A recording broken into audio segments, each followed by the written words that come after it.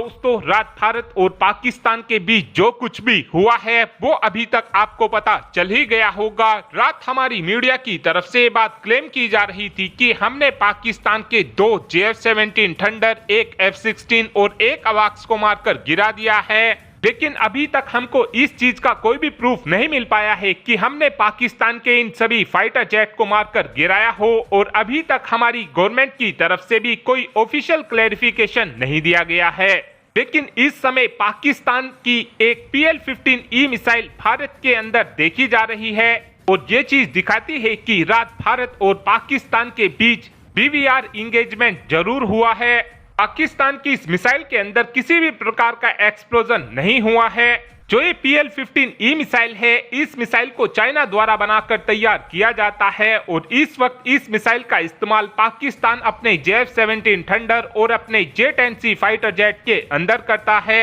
इस मिसाइल के जमीन पर गिरने के इस समय 2 चांसेस बताए जा रहे हैं। पहले चांस में तो ये बताया जा रहा है कि इस मिसाइल को भारत ने अपने फाइटर जेट की मदद से जैम कर दिया होगा।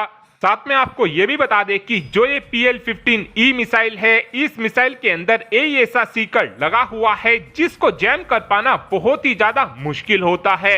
लेकिन अगर AESA सीकर के साथ भारत ने इस मिसाइल को जैम किया है, तो ये आने वाले समय में पाकिस्तान के साथ साथ चाइना की भी टेंशनों को काफी ज्यादा बढ़ाने वाला है। और एक चांसेस इस बात के भी हैं कि भारत की तरफ से पाकिस्तान के किसी फाइटर जेट को मारकर गिराया गया होगा, और जिस समय ये फाइटर जेट जमीन पर आया होगा उस समय ये मिसाइल इस फाइटर जेट से रिलीज हो गई होगी। लेकिन अभी तक हमको पाकिस्तान के किसी भी फाइटर जेट का डिब्री नहीं देखने को मिल रहा है।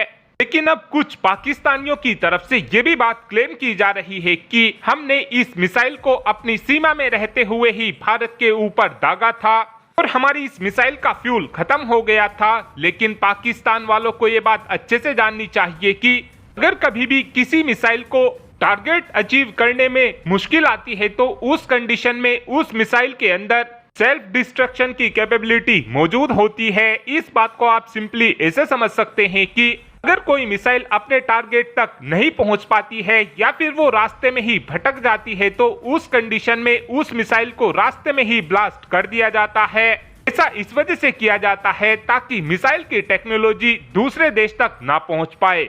लेकिन अब जो ये PL-15E मिसाइल हमको मिली है, इस मिसाइल का सीकर भी पूरी तरीके से सुरक्षित है, यानी कि अब इस मिसाइल को रिकवर किया जाएगा। उसके बाद इस मिसाइल को DRDO के पास भेजा जाएगा, और DRDO की तरफ से फिर इस मिसाइल के ऊपर स्टडी की जाएगी, जिसका इस्तेमाल करते हुए अब हम आगे चलकर पाकिस्तान की इन मिसाइलों के खिलाफ और भी ज्यादा काउंटर मेजर को बनाकर तैयार कर पाएंगे। और ये चीज आगे चलकर पाकिस्तान और चाइना दोनों की ही टेंशन को काफी ज्यादा बढ़ाने वाली है।